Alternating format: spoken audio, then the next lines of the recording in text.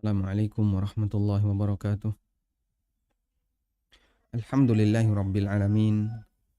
Wassalatu wassalamu ala ashrafil mursalin. Nabiyyina wa maulana Muhammadin wa ala alihi wa sahbihi ajma'in. Wa ashhadu an la ilaha illallah wahdahu la syarikalah. Wa ashhadu anna Muhammadan abduhu wa rasuluh. Sallallahu alaihi wa ala alihi wa sahbihi wa sallama tasliman katsira. Thumma amma ba'd. Alhamdulillah, kita bersyukur kepada Allah Subhanahu wa taala. Kembali kita melanjutkan pelajaran rutin kita. Dan di kesempatan kali ini kita akan membahas tentang zakatul fitri. Di Fikih Al-Muyassar, di Kitabuz Zakah, penulis menyebutkan bab yang kelima. Al-babul khamis fi zakatil fitri wa yuqalu laha sadaqatul fitri wa fihi masail. Bab yang kelima tentang zakat fitri dan disebut juga dengan sedekah fitri. Wa summiyat bidzalika, dan dinamakan demikian li'annaha tajibu bil fitri min Ramadan. Wa la ta'alluqa laha bil mal. Wa la ta'alluqa laha bil mal. Wa innama hiya muta'alliqatun bidzimmah. Disebut sebagai zakatul fitri karena zakat ini wajib disebabkan karena al-fitru. Dan al-fitru di sini maknanya adalah berbuka puasa. Min Ramadan, al-fitru min Ramadan. Artinya kesempatan sudah tidak lagi berpuasa. Berbuka ketika orang sudah menyelesaikan puasa Ramadan. Wa la ta'alluqa laha bil mal, dan tidak ada kaitannya dengan harta. Wa innama hiya muta'alliqatun bidzimmah, namun zakat ini berkaitan dengan az-zimmah. Fayya zakatun anin nafsi wal badan, sehingga dia adalah zakat untuk mewakili jiwa dan badan. Zakat ini berkaitan dengan zimmah. Zimmah artinya pribadi, sehingga dia diwajibkan oleh syariat sebagai zakat pribadi. Karena itulah, mengingat zakat ini dikaitkan dengan az-zimmah, maka nama lain dari zakatul fitri adalah zakatu al-fitrah. Nama lain dari zakat fitri yang ma'ruf adalah zakat fitrah. Dan al-fitru dengan fitrah itu dua hal yang berbeda. Al-fitru itu artinya tidak lagi berpuasa. Al-fitru artinya berbuka atau tidak berpuasa. Al-fitru, kita tulis ulang ya. Al-fitru artinya adalah berbuka, tidak lagi berpuasa. Dan makna al-fitru itu bisa masuk waktu maghrib di sepanjang hari bulan Ramadan, bisa juga masuk tanggal 1 Syawal. Dan umumnya digunakan untuk menyebut masuk tanggal 1 Syawal. Karena itulah disebut sebagai Idul Fitri. Idul Fitri. Karena hari raya ini diulang-ulang ketika orang sudah mulai tidak puasa, yaitu pada saat selesai Ramadan. Ketika selesai Ramadan, manusia sudah tidak lagi berpuasa, muslim tidak lagi berpuasa, makanya disebut dengan hari raya di mana orang berbuka puasa. Artinya sudah tidak lagi berkewajiban untuk puasa Ramadan. Kemudian ada al-fitrah. Al-fitrah secara makna bahasa artinya adalah aslul khilqah. Aslu al-khilqah. Asal penciptaan. Maksudnya adalah fisik manusia, zimmah, yaitu badan manusia, fisik manusia yang itu diciptakan oleh Allah Subhanahu wa taala. Dalam arti ketika dia berkaitan dengan fitrah, maka berarti mencakup semua orang yang hidup. Karena dia adalah manusia yang telah diciptakan oleh Allah Subhanahu wa taala. Sehingga dia menjadi tanggung jawab pribadi masing-masing manusia, karena zakat itu adalah zakat untuk zimmah. Yang zimmah itu adalah setiap individu yang hidup di alam ini. Makanya disebut sebagai zakatul fitrah. Sehingga dinamakan demikian zakatul fitrah karena zakat ini berkaitan dengan setiap individu yang telah diciptakan oleh Allah Subhanahu wa taala. Sehingga zakat ini bisa disebut zakatul fitri, bisa juga disebut dengan zakat fitrah. Dan wallahu ta'ala alam, ada sebagian orang yang mengartikan al-fitr itu dengan suci. Idul Fitri berarti kembali suci, dan ini secara makna bahasa kurang tepat. Karena al-fitru dengan al-fitrah itu dua hal yang berbeda. Baik. Kita kembali ke sini. Sehingga dinamakan sebagai zakatul fitri karena zakat ini tajibu bil fitri. Wajib disebabkan orang sudah berbuka min Ramadan, dari puasa Ramadan. Berbuka dari puasa Ramadan artinya sudah mengakhiri puasanya di bulan Ramadan. Sehingga dia sudah tidak lagi wajib berpuasa. Karena itu zakat ini tidak ada kaitannya dengan harta. Makanya pembahasan nanti kita akan kutip adalah bahwa yang berkewajiban untuk bayar zakat fitri itu tidak sama sebagaimana orang yang berkewajiban untuk membayar zakat mal. Artinya sekalipun dia adalah orang yang miskin, tapi memiliki bahan makanan yang melebihi dari kebutuhan pokoknya, maka dia berkewajiban untuk bayar zakat fitrah. Kemudian kita lanjutkan. Ada beberapa pembahasan yang dikutip oleh penulis di sini. Al-mas'alatul ula, pembahasan yang pertama, tentang masalah hukum dan dalilnya. Zakat fitrah merupakan kewajiban bagi setiap muslim. Berdasarkan hadis yang diriwayatkan dari Ibnu Umar radhiyallahu anhu, beliau mengatakan, "Farada Rasulullah sallallahu alaihi wasallam shadaqatal fitri min Ramadhan sa'an min tamrin aw sa'an min sya'irin 'alal 'abdi wal hurri wal dzakari wal untha was-saghir wal kabir minal muslimin." Kata Ibnu Umar, Rasulullah sallallahu alaihi wasallam mewajibkan shadaqatul fitri, zakat fitrah, min Ramadan, ketika orang sudah selesai dari puasa Ramadan, berupa 1 sok kurma, 1 sok syair, gandum kasar. Kewajiban kepada siapa? Alal abdi, untuk setiap budak. Wal hurri, maupun orang yang merdeka. Wal dzakari wal untha, laki maupun perempuan. Was saghiri wal kabir, anak kecil maupun yang sudah dewasa. Minal muslimin, di kalangan kaum muslimin. Sehingga seluruh kaum muslimin mereka berkewajiban untuk mengeluarkan zakat fitrahnya. Baik. Terus siapa nanti yang berkewajiban mengeluarkan zakat fitrah untuk orang-orang yang dia nggak punya harta? Seperti budak, kemudian ibu-ibu yang dia nggak bekerja, termasuk anak kecil yang dia tidak punya harta. Yang berkewajiban untuk mengeluarkannya adalah orang yang berkewajiban untuk memberikan nafkah kepadanya. Sebagaimana ditegaskan dalam riwayat yang lain, ya. Ditegaskan dalam riwayat yang lain, faqad akhrajad Daruqutni, dalam riwayat Daruqutni dan Al-Baihaqi dari Ibnu Umar radhiyallahu anhuma, beliau mengatakan, amara Rasulullah sallallahu alaihi wasallam shadaqatul fitri anis saghir wal kabir wal khurri wal abdi mimman tamununa.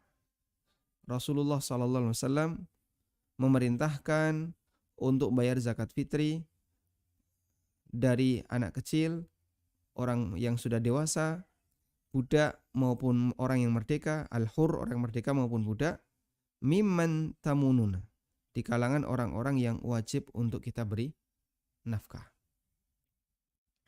Sehingga kewajiban yang harus ditunaikan untuk anak kecil diambilkan dari harta orang tuanya. Baik. Dan ada banyak hadis yang menyebutkan tentang kewajiban zakat fitrah ini. Coba kita bacakan beberapa hadisnya.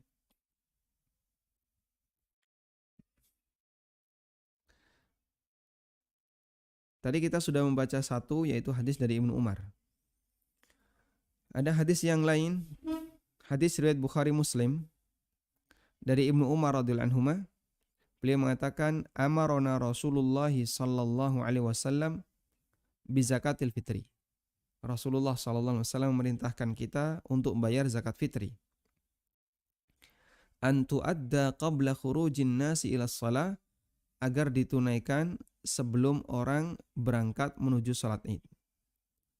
Ditunaikan sebelum orang berangkat menuju salat Id. Kemudian hadis ini tadi sudah. Hadis yang lain adalah dari Ibnu Abbas radhiyallahu anhu. Beliau mengatakan, zakatul fitri ala kulli abdin au khurrin saghirin au kabir. Zakat fitri adalah kewajiban bagi setiap budak maupun orang merdeka, anak kecil maupun dewasa. Kemudian dalam riwayat yang lain, Ibnu Abbas radhiyallahu anhu mengatakan, farada Rasulullah sallallahu alaihi wasallam zakat al-fitri. Rasulullah sallallahu alaihi wasallam mewajibkan kita untuk bayar zakat fitri.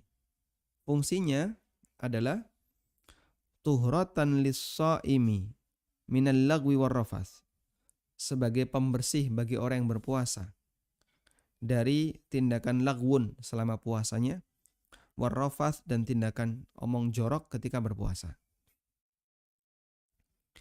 Wa tu'matan lil masakin, dan sebagai bekal makanan bagi orang-orang miskin.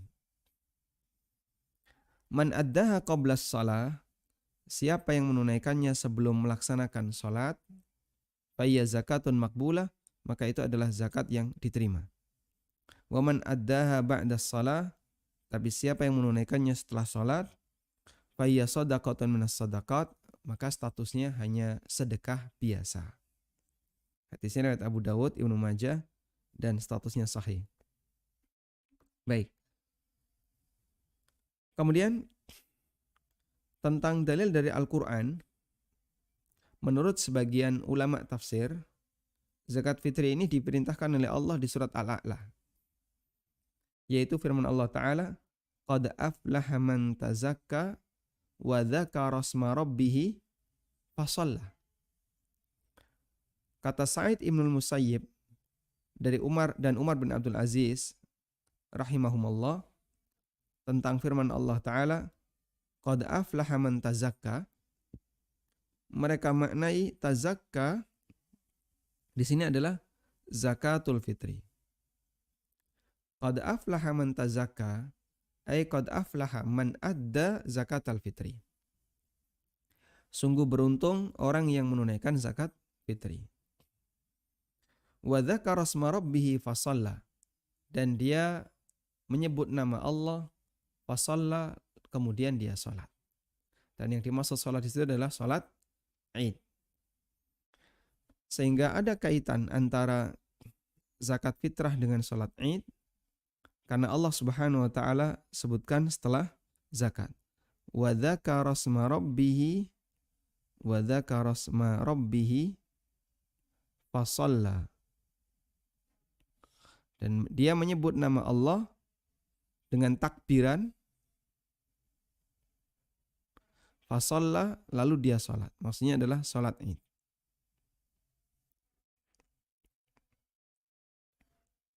Maksudnya sholat Id. Sehingga ketika orang itu melakukan rangkaian dalam ayat ini, maka dia melakukan 3 hal. Pertama, membayar zakat fitrah. Yang kedua, dia memperbanyak takbiran. Yang ketiga, dia melaksanakan salat Id. Qad aflaha man tazakka, bayar zakat fitrah, wa dzakara asma rabbih fasalla, dan dia menyebut nama Allah dengan takbiran, fasalla, lalu dia salat, yaitu mengerjakan salat Id. Nah, dan itu tafsir yang disampaikan oleh Sa'id Ibnul Musayyib dan Umar Ibn Abdul Aziz. Selanjutnya,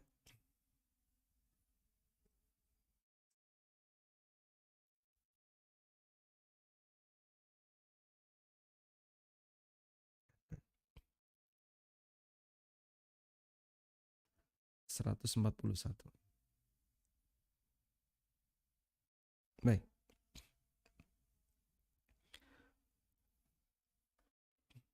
Kita lanjutkan. Al-mas'alatu tsaniyah, pembahasan yang kedua. Syurutuha wa 'ala man tajibu. Berkaitan dengan syarat zakat fitrah dan kepada siapa zakat ini wajib untuk ditunaikan. Tajibu zakatul fitri ala kulli muslimin. Zakat fitrah wajib bagi setiap muslim, baik yang dewasa maupun yang anak-anak, laki maupun perempuan, merdeka maupun budak, berdasarkan hadis Ibnu Umar di atas. Farada Rasulullah sallallahu alaihi wasallam sadaqatal fitri. Rasulullah SAW mewajibkan zakat fitrah, 1 sok makanan atas nama budak, orang merdeka, dan seterusnya. Ini tadi sudah kita bahas ya. Wa yustahabbu ikhrajuha 'anil janin. Dan dianjurkan untuk membayarkan zakat fitrah atas nama janin. Dianjurkan agar membayarkan zakat fitrah atas nama janin. Idza nufikhat fihi ruh, apabila sudah ditiupkan ruh. Sehingga zakat fitrah untuk janin dianjurkan jika ditiupkan ruh. Tentang bayar zakat fitrah untuk janin, ini ulama khilaf. Apakah wajib? Apakah wajib? Tidak wajib? Ataukah sifatnya hanya anjuran? Sebagian ada yang mengatakan wajib. Sehingga janin yang sudah ditiupkan ruh juga harus dibayarkan zakat fitrahnya. Kemudian ada yang mengatakan tidak wajib dan enggak sah membayar zakat fitrah untuk janin, karena dia belum lahir. Yang ketiga adalah dianjurkan. Dan pendapat yang ketiga, ini pendapat sebagian ulama Hambali, dan pendapat ini yang dinilai lebih kuat oleh Imam Ibn Utsaimin rahimahullah. Dan itulah yang dikutip dalam buku ini. Wa huwa ma sara lahu arba'atu asyhur, yaitu jika janin itu sudah berusia 4 bulan. Arba'atu asyhur. Faqad kana salafu yukhrijunaha anhu. Dulu para ulama salaf, mereka mengeluarkan zakat fitrah atas nama janin. Ya. Kama thabata an Utsman wa ghairihi, sebagaimana disebutkan dalam riwayat yang sahih dari sahabat Utsman dan yang lainnya. Namun sekali lagi di sini posisinya hanya yustahabbu, dianjurkan, dan tidak wajib. Dan itu praktek yang pernah dilakukan oleh sahabat Utsman bin Affan radhiyallahu anhu, di mana beliau mengeluarkan zakat fitrah untuk janin. Baik. Kemudian wa yajibu ayyukhrijaha an nafsihi wa amman talzamuhu nafaqatuhu. Dan wajib untuk mengeluarkan zakat fitrah atas nama pribadi dan atas nama setiap orang yang harus dia nafkahi, baik istri, kerabat dekat, demikian pula anak, demikian pula budak. Fa inna shadaqatal fitri tajibu ala sayyidihi. Untuk budak, maka zakat fitrah itu wajib ditunaikan oleh tuannya. Zakat fitrah wajib ditunaikan oleh tuannya. Berdasarkan sabda Nabi SAW, laisa fil abdi sadaqatun illa sadaqatal fitri. Budak tidak wajib untuk dizakati selain zakat fitrah. Nah, selanjutnya bagaimana jika anak itu memiliki harta? Tadi kita sudah membuat kesimpulan bahwa zakat fitri ini wajib bagi seluruh muslim, besar kecil, lelaki maupun perempuan. Lalu bagaimana dengan kondisi anak? Para ulama memberikan rincian. Yang pertama, jika anak memiliki harta,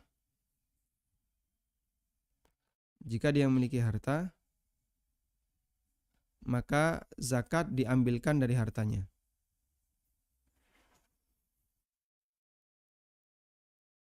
Zakat fitri diambilkan dari hartanya.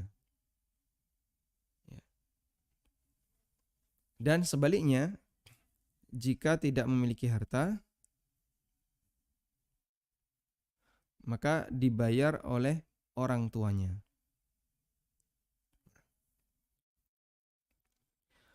Jika anak memiliki harta, maka zakat itu diambilkan dari hartanya, dan jika tidak memiliki harta, maka dibayarkan oleh orang tuanya. Wala tajibu illa ala man faddala an qutihi wa qutu man talzamuhu nafaqatuhu. Dan tidak wajib kecuali bagi orang yang memiliki sisa bahan makanan dan bahan makanan yang cukup untuk kebutuhan nafkahnya serta hawaijuhud daruriyah dan kebutuhan paling pokok yang harus dia tunaikan fi yaumil id, pada hari raya, wa lailatihi, dan malamnya, ma yuaddi bihil fitrah, yang itu melebihi dari apa yang harus dia keluarkan untuk zakat fitrah. Sehingga di sini dinyatakan mengenai batas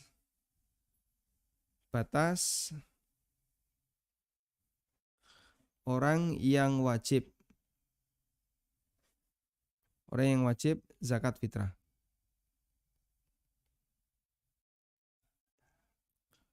Ulama khilaf dalam masalah ini adalah mereka yang memiliki harta 1 nisab atau lebih.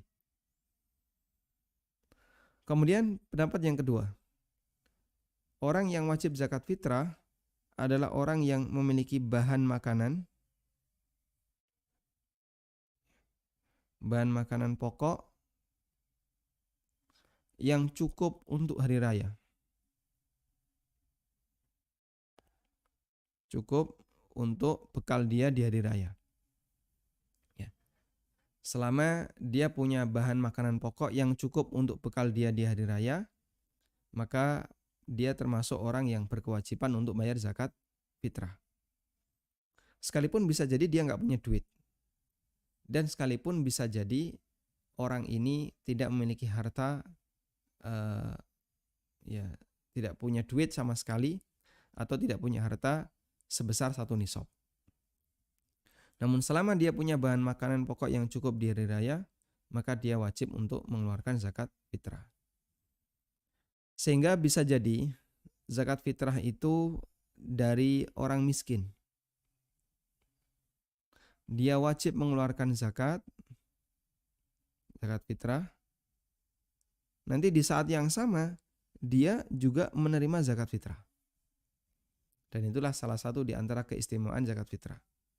Di mana ada orang yang dia muzaki untuk zakat fitrah, dan di saat yang sama dia juga mustahik.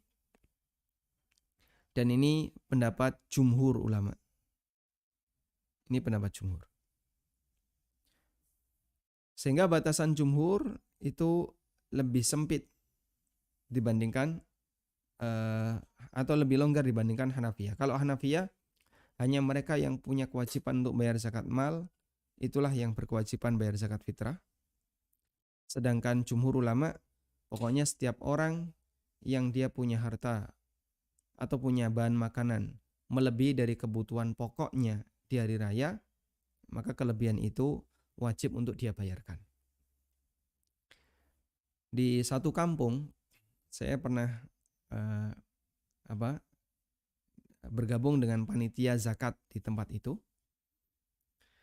Dan mereka punya masalah, yaitu ada salah satu keluarga yang terdiri dari 5 orang ya, suami istri dan 3 anak.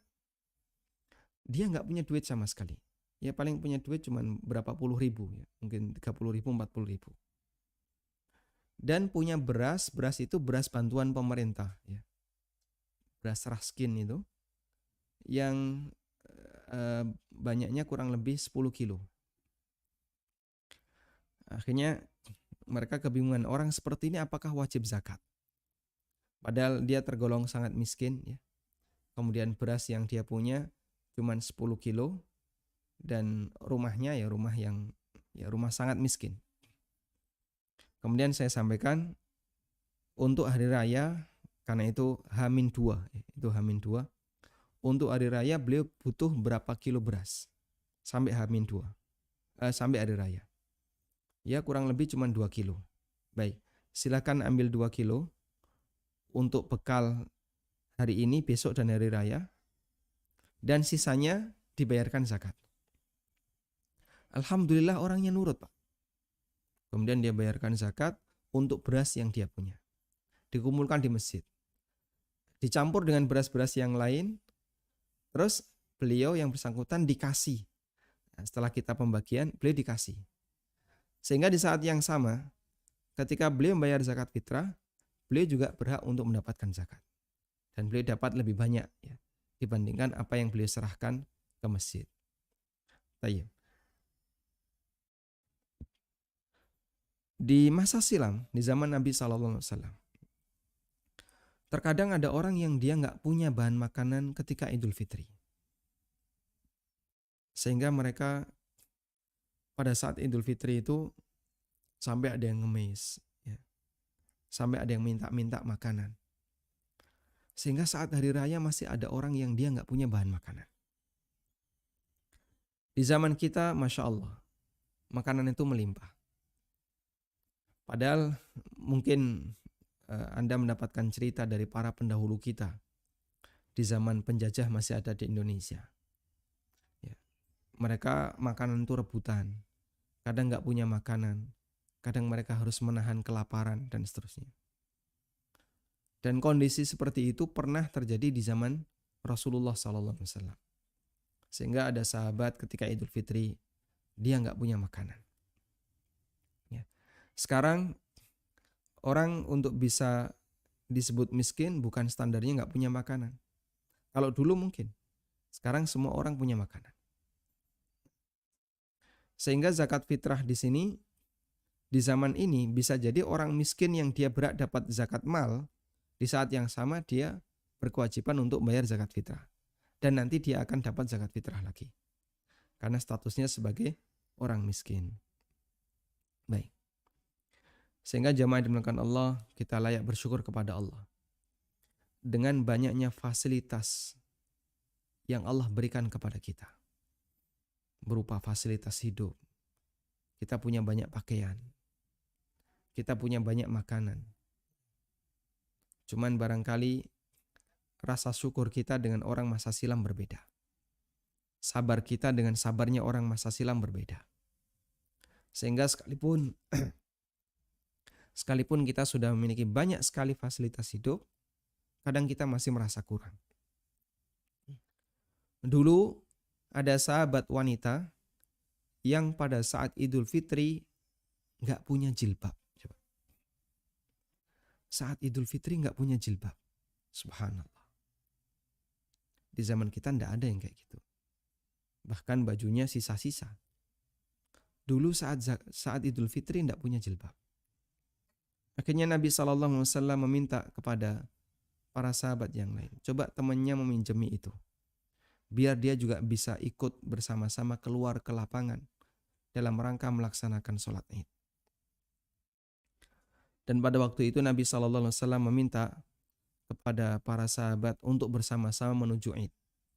Sampai para wanita yang masih ada di dalam kamar, para gadis-gadis pingitan, semuanya diajak untuk menuju sholat Id. Dalam rangka untuk memeriahkan Idul Fitri. Lalu Nabi SAW mendapatkan laporan, ya Rasulullah, ada di antara kami yang dia nggak punya jilbab. Kemudian Nabi SAW minta coba dipinjemi oleh saudaranya. Dipinjemi jamaah, bukan dikasih. Karena keterbatasan ketika itu. Baik. Kita lanjutkan. Fa zakatul fitri la tajibu illa bisyartain. Sehingga dari sini zakat fitri itu tidak wajib kecuali dengan 2 syarat. Yang pertama al-Islam. Fala tajibu alal kafir. Pertama, dia harus muslim. Zakat fitrah tidak wajib untuk orang kafir. Sehingga kalau ada orang yang dia masih keluarga kita, tapi dia non-muslim, maka dia tidak wajib untuk dibayarkan zakat fitrahnya. Termasuk kasus yang kemarin ditanyakan, ada orang yang dia sama sekali nggak mau sholat, maka ketika menjelang Id, dia tidak dibayarkan zakat fitrahnya. Karena orang yang tidak mau sholat statusnya keluar dari Islam. Dan menurut Imam Syafi'i rahimahullah, apabila ada orang kafir yang dia punya keluarga muslim, ya, misalnya orang tuanya kafir tapi punya anak muslim, menurut beliau wajib bagi dia untuk membayarkan zakat fitrah anaknya yang muslim. Tapi tidak berlaku sebaliknya. Sehingga kalau ada orang muslim yang punya istri Nasrani misalnya, punya istri ahli kitab, maka muslim ini tidak wajib membayarkan zakat untuk istrinya yang ahli kitab. Kemudian syarat yang kedua adalah wujudu ma yafdulu an qutihi. Memiliki sisa makanan pokok, ya, wa quti iyalihi, dan makanan pokok untuk keluarganya, wa hawaijihil asliyah, dan kebutuhan pokoknya fi yaumil id wa lailatihi, di hari Id dan malamnya. Sehingga dia berkewajiban untuk mengeluarkan kalau dia punya sisa makanan pokok untuk dirinya dan keluarganya. Kalau tidak punya, maka dia tidak wajib mengeluarkan. Ya, perhitungannya seperti tadi ya. Kalau dia misalnya punya 10 kilo dan kebutuhan dia hanya 2 kilo, maka boleh dia amankan yang 2 kilo, yang sisanya 10 kilo dibayarkan untuk zakat atas nama dirinya dan keluarga yang bisa tercover dari 10 kilo. Baik. Ini berkaitan dengan masalah syaratnya. Selanjutnya, al-mas'alatu tsalitsah, permasalahan yang ketiga. Fi hikmati wujubiha. Mengenai hikmah wajibnya zakat fitrah. Minal hikami fi wujubi zakatil fitri mayali. Hikmah wajibnya zakat fitrah adalah sebagai berikut. Penulis menyebutkan 3. Yang pertama adalah tathhirus shaim mimma asa ayyakuna qad waqa'a fihi min siyamihi minal lagwi war rafath. Membersihkan orang yang berpuasa dari perbuatan yang mungkin terjadi padanya saat dia berpuasa, yaitu berupa tindakan lagwun, tindakan sia-sia, dan rafath, tindakan yang jorok. Lagwun itu semua perbuatan yang melalaikan orang dari berzikir kepada Allah, termasuk bermaksiat. Rafath adalah ucapan-ucapan jorok, kalimat-kalimat yang enggak benar yang diucapkan oleh manusia. Dan orang yang berpuasa, godaannya ini. Sehingga ketika dia berpuasa dan dia melakukan tindakan lagwun, kemudian dia juga melakukan rafath, itu bisa menodai kualitas puasanya. Nah, Nabi SAW mengatakan zakat fitrah itu sebagai tuhrotan lis-shaim, pembersih bagi orang yang berpuasa. Nah, kemudian dari sini ada sebagian ulama yang mengatakan orang yang tidak berpuasa tidak wajib zakat fitrah. Karena fungsi ini tidak berlaku. Karena fungsi tathhirus shaim mimma asa ayyakuna qad waqa'a minal lagwi war rafath itu tidak berlaku. Fungsi membersihkan orang yang puasa tidak berlaku di situ. Namun pendapat ini adalah pendapat yang lemah, mengingat hadis Nabi SAW di mana Rasulullah SAW mewajibkan zakat fitrah itu untuk anak kecil yang sudah dewasa, budak maupun merdeka, laki maupun perempuan. Bahkan termasuk janin sebagaimana praktek Utsman bin Affan radhiyallahu anhu. Sehingga itu menunjukkan bahwa baik puasa maupun tidak puasa wajib dibayarkan zakat fitrahnya. Baik. Lalu kenapa Nabi SAW menyebutkan tuhratan lis-shaim sebagai pembersih bagi orang yang berpuasa? Penyebutan Nabi SAW tuhratan lis-shaim di sini ya, sifatnya adalah kharaja makhrajal ghalib. Kharaja makhraja al-ghalib. Karena umumnya manusia yang bayar zakat fitrah ini ketika Ramadan dia berpuasa. Sehingga sebagian besar yang bayar zakat fitrah adalah mereka yang ketika Ramadan berpuasa. Karena dia kharaja makhrajal ghalib, karena dia berbicara umumnya, maka yang tidak umum itu ngikuti yang umum. Sehingga yang anak-anak, yang bayi, yang dia nggak puasa, dia diikutkan sebagaimana yang lain, yang dewasa. Nah. Kemudian fungsi berikutnya adalah ighna'ul fuqara, dalam rangka untuk mencukupi orang fakir dan miskin. Anis su'al, agar mereka tidak minta-minta fi yaumil id, ketika hari raya Idul Fitri. Wa idkhalus sururi alaihim, dan membahagiakan mereka liyakunal idu yauma farhin wa sururin li jami'i fi'atil mujtama, agar hari raya itu adalah hari kebahagiaan, hari kegembiraan bagi setiap lapisan masyarakat. Yang kaya bahagia, yang miskin pun ikut bahagia. Karena mereka mendapatkan bekal di hari raya sehingga mereka tidak khawatir dengan makanan di hari raya, sebab sudah ada yang nyumbang, ada yang ngasih. Wa dzalika li hadiits Ibnu Abbas, dan itu berdasarkan hadis Ibnu Abbas radhiyallahu anhuma, Rasulullah sallallahu alaihi wasallam mewajibkan zakat fitrah tuhratan lis-shaim, dalam rangka sebagai pembersih bagi orang yang berpuasa, minal lagwi war rafath wa tu'matan lil masakin, dan sebagai bahan makanan, bekal makanan bagi orang-orang yang miskin. Selanjutnya, wa fiha idharu syukri ni'matillah.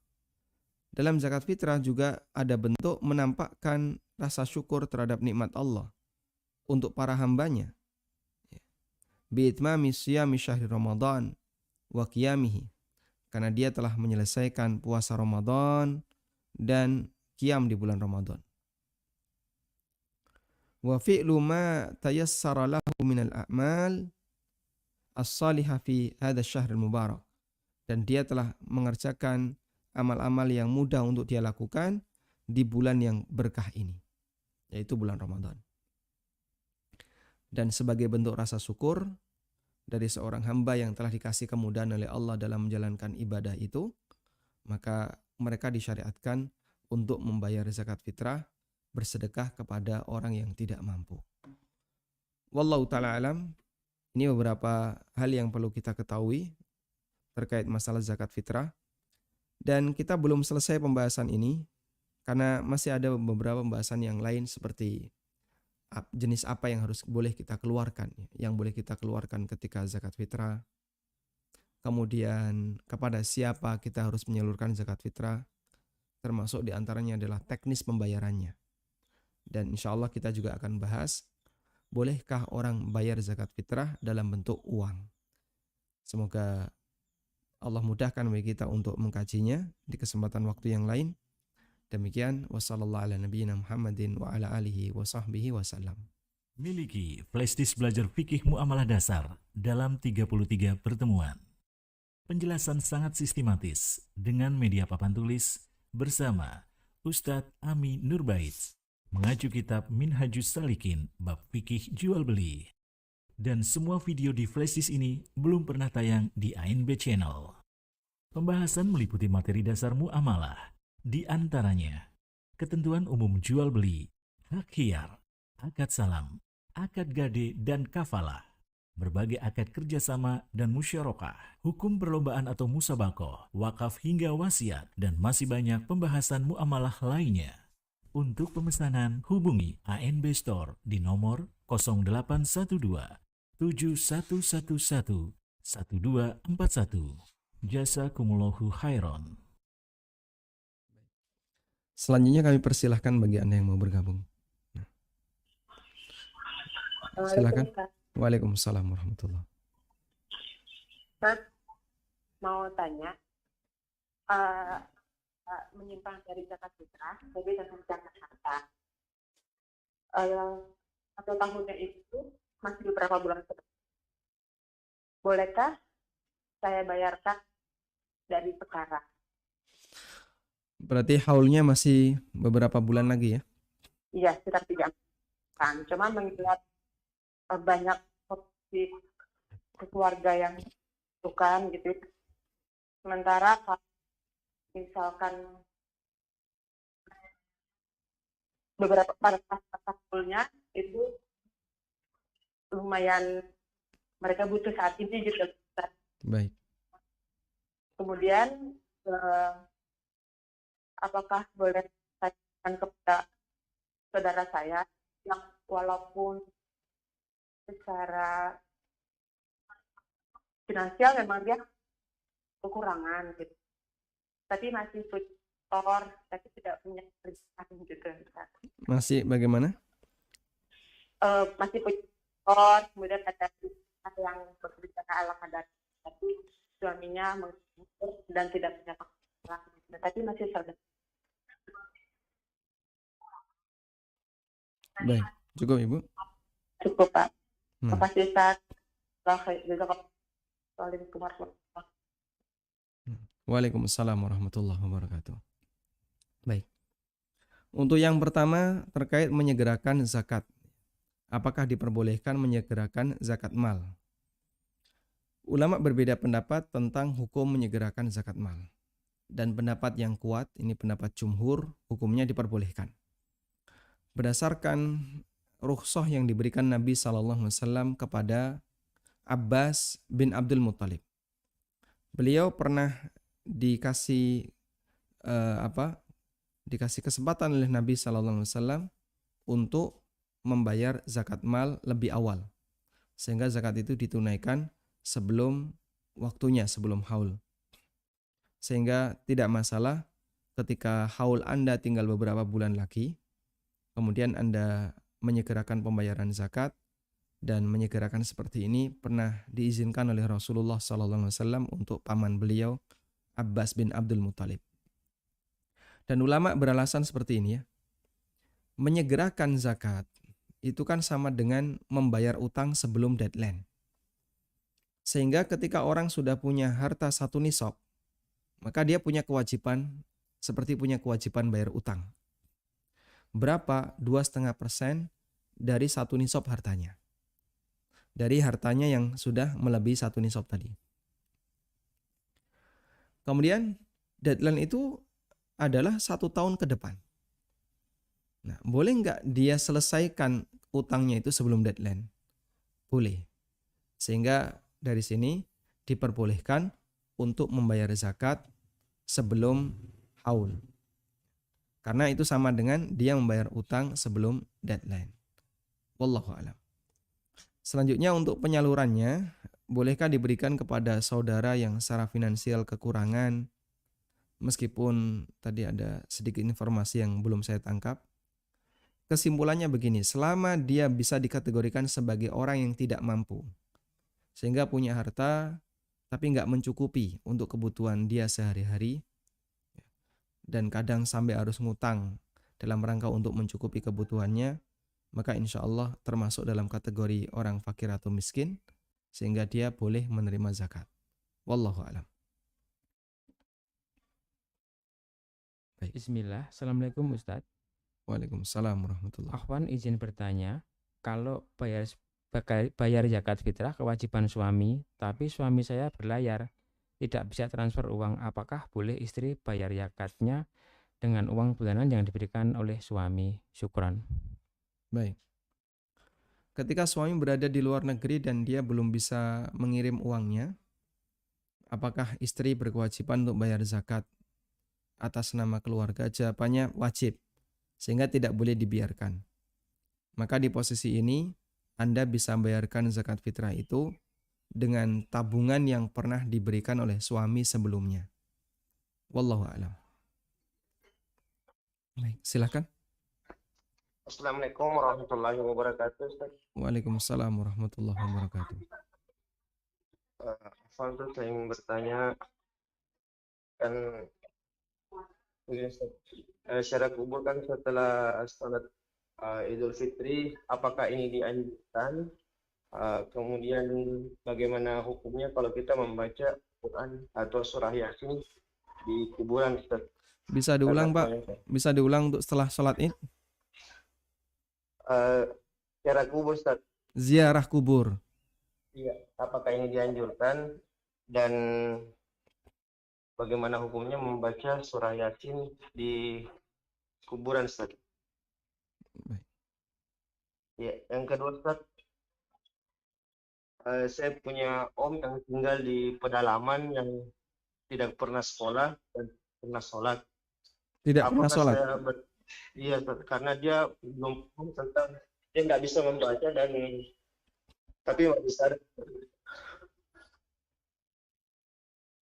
Apakah sebagai bertanggung jawab hal ini, karena aku sudah sampaikan tapi artinya dia tidak terlalu mendukungnya seperti itu. Masya Allah. Itu aja, Ustaz. Ya, syukran jazakallah. Nah, baik. Kita bacakan di sini ada fatwa berkaitan dengan ziarah kubur ketika Id, ya. Pada asalnya ziarah kubur itu dianjurkan setiap saat. Dan setahu kami tidak ada waktu larangan maupun waktu khusus yang diperintahkan untuk ziarah kubur. Cuman kadang kebiasaan masyarakat kita mereka mengkhususkan di waktu tertentu. Terutama kalau hari biasa adalah setiap hari Kamis, ya. Kamis sore. Dan ketika momen Ramadan adalah ketika bulan Sya'ban menjelang Ramadan dan pasca Ramadan. Dalam fatwa Syabakah Islamiyah di sini disebutkan, fa inna la na'lamu annahu warada nahyun an ziyaratil kubur fil Id. Kami tidak mengetahui adanya larangan khusus tentang ziarah kubur di hari Id. Walakin kama zakarat as-sa'il al-karimah, sebagaimana yang disebutkan oleh penanya. Walakin, namun kata beliau, walakin takhsisu ziyaratil kubur, walakinna takhsisu ziyaratil kubur bi yaumil Id, namun mengkhususkan ziarah kubur di hari Id, wa illam yarid fihi nahyun, meskipun di situ tidak ada larangan bi aini secara khusus, fa innahu yu'tabaru minal bid'ah li'annahu takhsisun lam ya'ti bi syar'. Mengkhususkan ziarah kubur pada waktu hari Id termasuk di antara perbuatan bid'ah karena tidak terdapat riwayat yang menganjurkan untuk ziarah kubur khusus di hari Id. Karena ziarah kubur itu disyariatkan fi kulli waqtin lil itti'ad. Disyariatkan untuk dilakukan di setiap waktu agar orang bisa mengambil mau'idhah, bisa mengambil pelajaran ketika ziarah kubur. Wa akhdhul ibra wad du'a lil mayyit, mengambil pelajaran dan mendoakan bagi mayit. Sedangkan mengkhususkan di waktu tertentu, yuhimu ladaihil ba'du bi anna ziyaratal kubur fi dzalika zaman sunnatun masyru'ah. Karena itu mengkhususkan ziarah kubur di waktu tertentu bisa menyebabkan orang itu punya anggapan kalau ziarah kubur di waktu itu statusnya adalah sunnah yang disyariatkan. Faya'taqiduna masyru'iyatan ma lam yarid bi syara'. Sehingga muncul keyakinan pada dirinya bahwasanya dia disyariatkan untuk melakukan perbuatan yang tidak pernah diajarkan oleh syariat. Kemudian di sini beliau mengutip fatwa yang diterbitkan oleh Lajnah Daimah. Dalam fatwa Lajnah Daimah di situ disebutkan ya, wa takhsisu ziyaratil kubur bil a'yad bid'atun. Menghususkan ziarah kubur hanya ketika sholat Id atau ketika pasca sholat Id adalah perbuatan bid'ah. Baik ini dilakukan bagi lelaki maupun wanita. Karena itu yang bisa kita simpulkan dari fatwa ini adalah bahwa ziarah kubur itu bebas dan tidak harus ketika seusai sholat Id. Anda bisa lakukan kapanpun, di waktu kapanpun selagi Anda senggang. Namun kalau misalnya longgarnya adalah setelah Id, ya silahkan Anda ziarah kubur setelah Id. Dengan alasan itu yang longgar bagi saya, bukan karena latar belakang ini adalah hari Id. Dan yang kami tahu, ya, orang ketika hari raya itu semakin sibuk. Sehingga kadang dia menyempatkan waktu ziarah kubur padahal dalam kondisi dia di posisi sibuk. Nah ini mungkin karena dorongan tadi ya. Ini adalah hari yang disyariatkan untuk ziarah kubur. Padahal tidak ada ketentuan tentang itu. Sehingga yang dikhawatirkan oleh para ulama sampai mereka memfatwakan seperti ini tidak disyariatkan. Karena khawatir tadi ada anggapan orang itu menilai ziarah kubur ketika Id adalah perbuatan yang masyru'ah, yang disyariatkan, padahal syariat tidak pernah mengajarkan itu. Disebut disyariatkan padahal syariat tidak pernah mengajarkan. Nah itu berarti dia melakukan perbuatan dengan keyakinan yang tidak sebagaimana aslinya. Makanya mereka tidak membolehkan hal itu. Wallahu a'lam. Kemudian berkaitan dengan membaca Quran di kuburan, memang ulama khilaf apakah itu disyariatkan ataukah tidak. Ada sebagian yang mengatakan boleh, ada yang mengatakan tidak boleh karena kuburan bukan tempat baca Quran. Sehingga kalau sifatnya hanya sebatas membaca Quran di kuburan, ada sebagian yang membolehkan. Namun apakah harus surat Yasin? Jawabannya tidak harus. Semua ayat Al-Quran.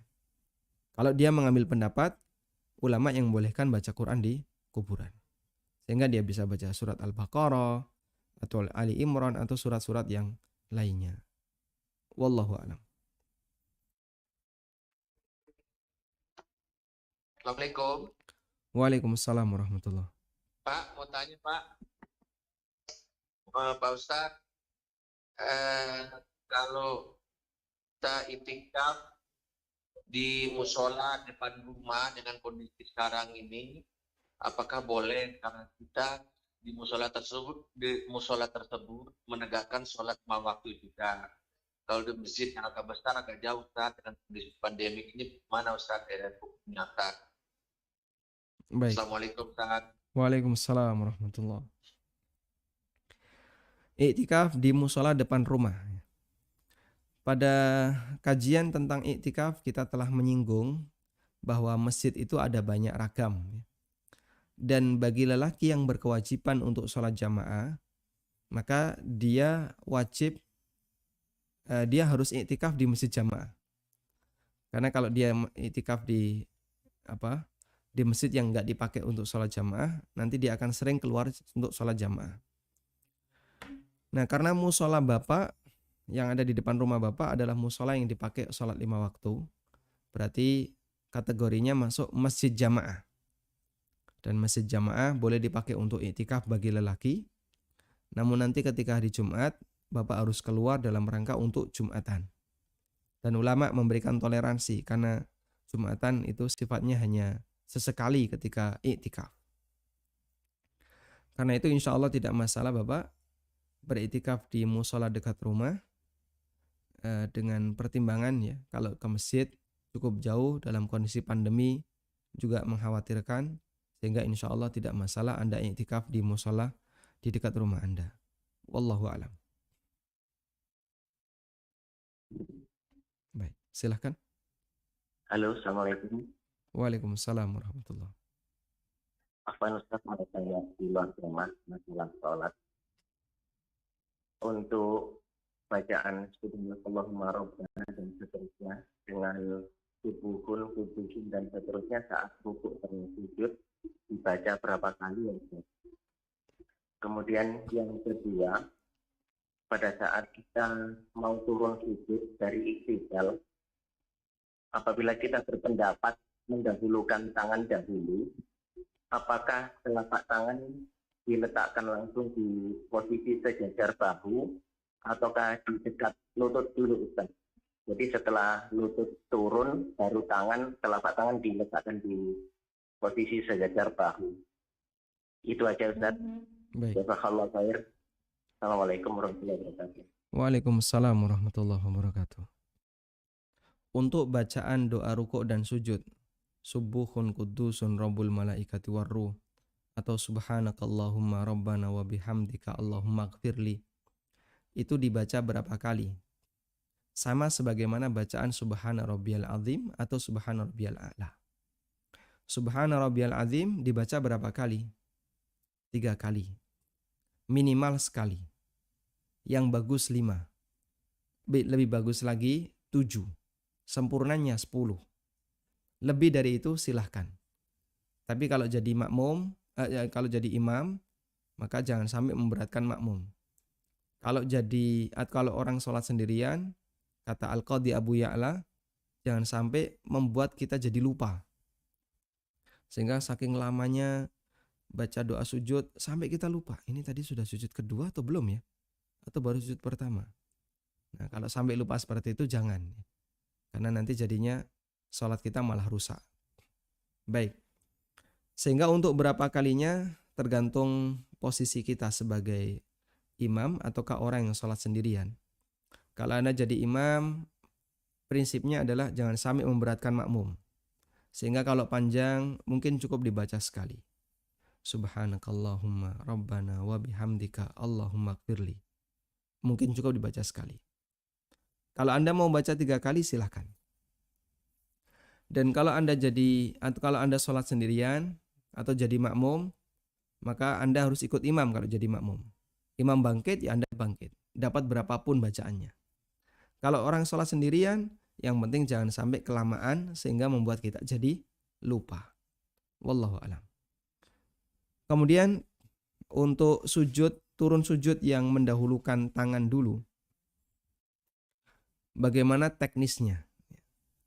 Apakah langsung sejajar dengan pundak? Ataukah bisa dilakukan secara bertahap? Karena kalau kita turun tangan langsung ke depan, yang terjadi gimana? Delosor gitu ya. Itu bisa bahaya. Turun tangan langsung ke depan nih, seperti orang mau push up. Itu bisa bahaya bagi yang tidak terbiasa. Sehingga ketika kita turun, rata-rata tangan kita itu di dekat lutut. Kemudian setelah lutut kita turun, baru tangan ini kita pindahkan. Terus yang benar bagaimana Pak? Apakah langsung tangan di posisi yang tepat? Apakah boleh bertahap? Pertama, posisi tangan saat sujud yang sesuai syar'i adalah sejajar dengan pundak atau sejajar dengan telinga. Sehingga bisa seperti ini ya ketika sujud, bisa juga seperti ini. Bisa sejajar pundak atau sejajar telinga. Coba kita lihat gambarnya. Nah, di yang nomor 7 ini bisa sejajar pundak atau sejajar telinga. Udah? Nah, ketika kita turun sujud, tangan itu langsung menjauh sejajar dengan pundak kita, itu bisa berbahaya. Maka dalam rangka untuk menghindari potensi bahaya, Anda turun tangan dulu, kemudian lutut diletakkan, setelah itu tangan dipindahkan. Apakah seperti ini ada dalilnya, Pak? Wallahu alam, memang kami tidak menjumpai dalilnya. Cuman ini sifatnya hanya berbicara dari sisi teknis gerakannya. Dan ada kaidah yang disampaikan oleh Imam Ibnu Utsaimin. Untuk gerakan yang tidak dijelaskan dalam dalil, maka dikembalikan kepada kondisi yang paling nyaman bagi badan. Kita ulang ya. Kata Imam Ibnu Utsaimin bahwa untuk gerakan sholat yang itu tidak dijelaskan dalam dalil, maka dikembalikan kepada kondisi yang apa? Yang paling nyaman bagi badan. Kamu paling nyaman gimana? Kayak gini, ya sudah lakukan itu. Tapi kalau dijelaskan dalam dalil, ikuti dalil. Seperti misalnya, ketika orang sujud ya, seperti ini, lutut itu direnggangkan kanan kiri ataukah dirapatkan? Lutut itu direnggangkan ataukah dirapatkan? Ini salah satu contoh yang disampaikan oleh Imam Ibnu Utsaimin. Dan kata beliau, secara tegas tidak disebutkan dalam dalil. Namun mana yang lebih nyaman bagi orang ketika sujud? Lututnya merenggang atau rapat? Renggang. Karena kalau rapat ganjel, kan? Sehingga yang lebih enak renggang.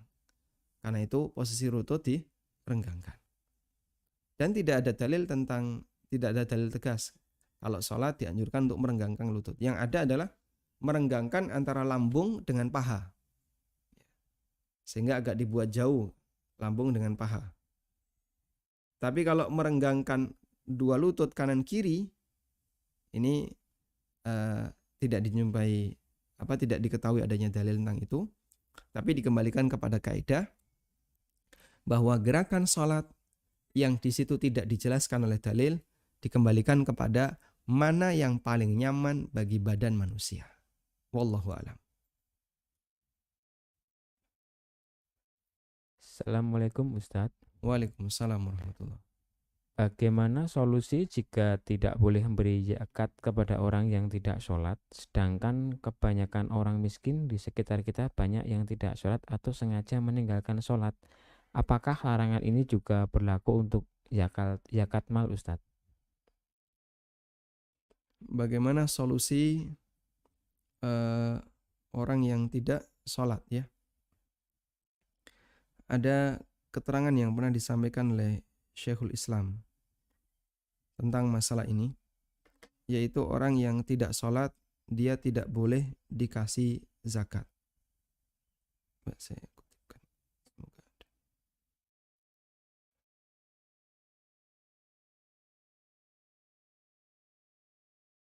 Nah. Baik, ini ada keterangan dari Syekhul Islam.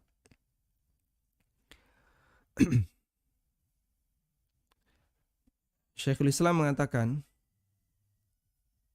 la yambaghi ayyu'tiyaz zakata liman la yasta'inu biha ala ta'atillah.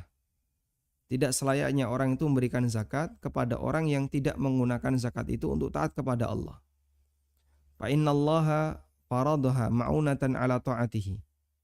Karena Allah wajibkan zakat itu sebagai bantuan agar orang bisa mentaatinya.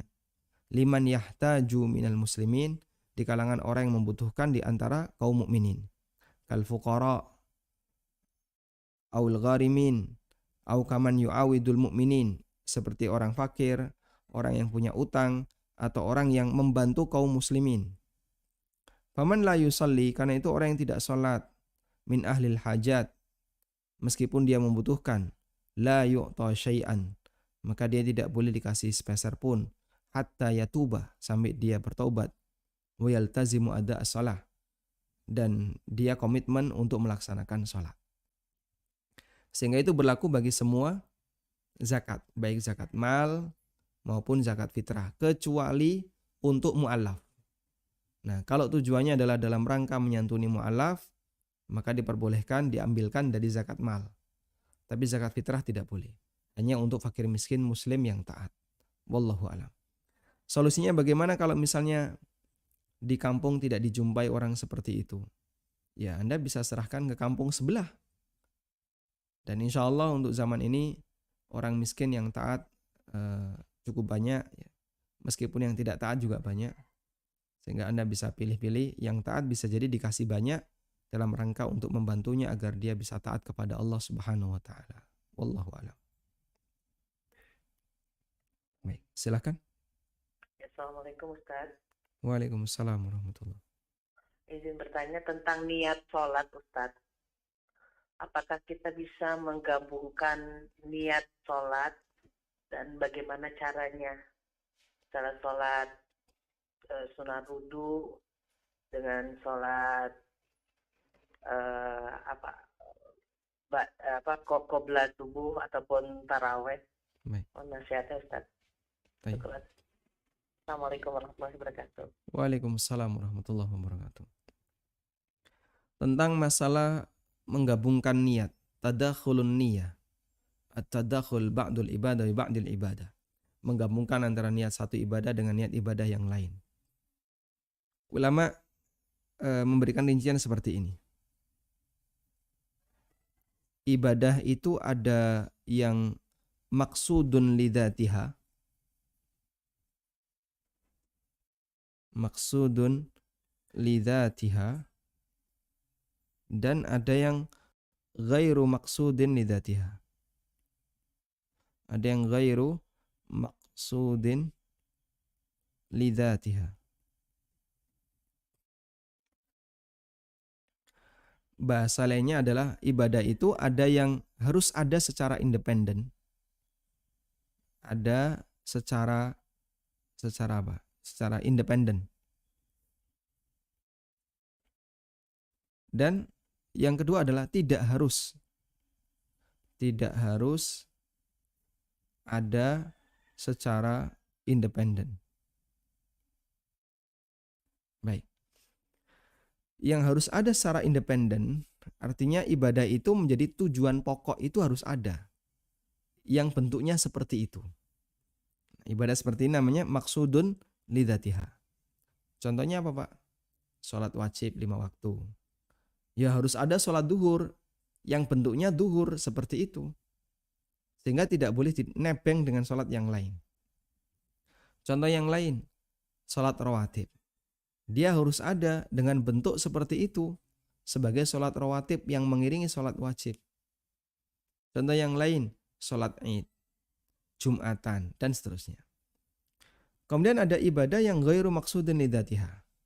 Ibadah yang ghairu maksudin lidzatiha itu yang penting pokoknya ada yang seperti itu, terserah dia mau ngikut siapa. Ya. Contohnya tentang salat istikharah. Nabi SAW pernah mengatakan, "Faman hamma bisyai'in." Siapa yang punya keinginan untuk melakukan sesuatu, falyarka' rak'ataini min ghairi faridah. Nabi SAW mengatakan, lakukanlah 2 rakaat yang tidak wajib. Beliau hanya menyebutkan, kerjakan 2 rakaat sholat yang tidak wajib. Sehingga Anda bisa perhatikan ya, kalimat kerjakan sholat 2 rakaat yang tidak wajib berarti bisa sholat jenis apapun, yang penting pokoknya 2 rakaat yang tidak wajib.